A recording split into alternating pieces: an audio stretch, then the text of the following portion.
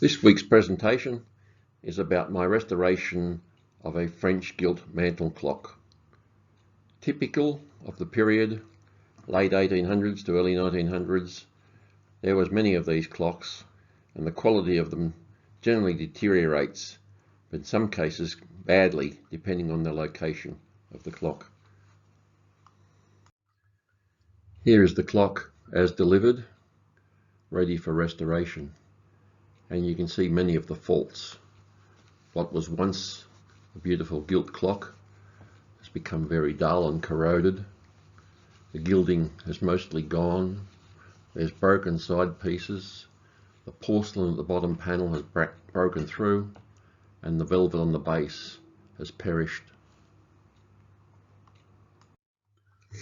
I was told that this clock had come from a home in the eastern suburbs of Sydney and had lived near an open window and had been subjected to fresh air, but in the eastern suburbs of Sydney would have contained high levels of salt, and hence it's possible that the deterioration of this clock and case was exacerbated by the salt content in the air.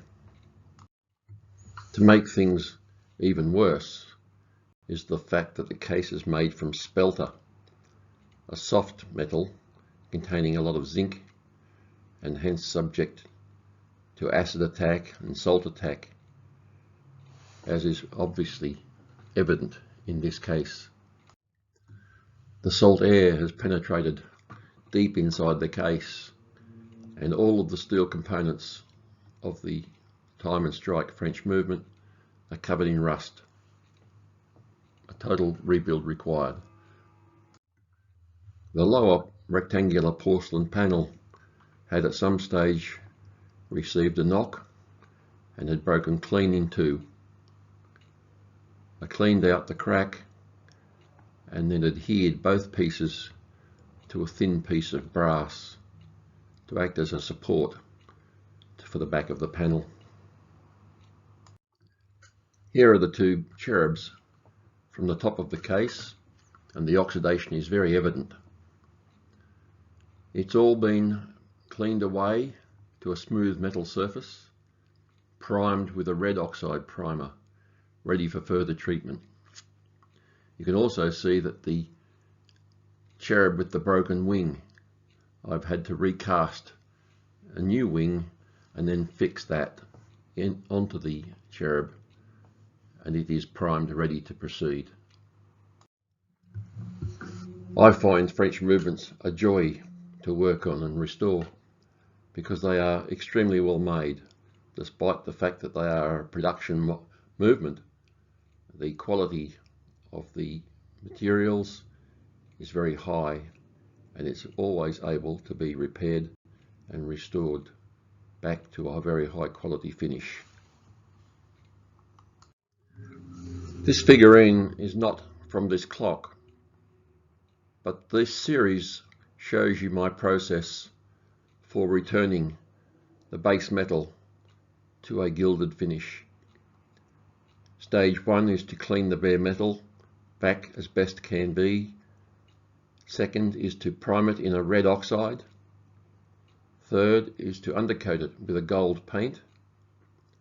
Fourth is to give it a coat of 23 karat gold leaf, possibly 2 coats of gold leaf to cover such extreme variations in surface texture.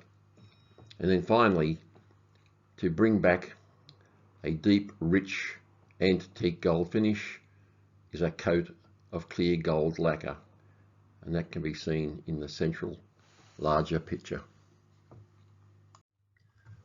So here are those steps applied to the cherubs on top of the case, and you can see the richness of the gilding.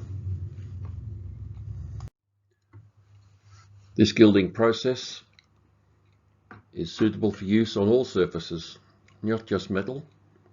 And here you can see how I have done it to the wooden base. Around the outer edges you can see the gilding, and the original velvet was beyond use, and I've replaced that with some deep rich red velvet to complement the gilding. I indicated at the start that there was a surprise. Behind all of the porcelains there was newspaper packing to stop the porcelains from rattling in their mountings.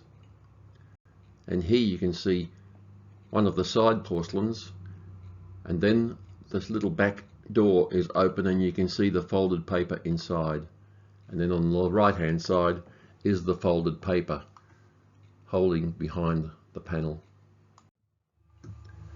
Obviously this case had never been worked on or opened up for restoration before.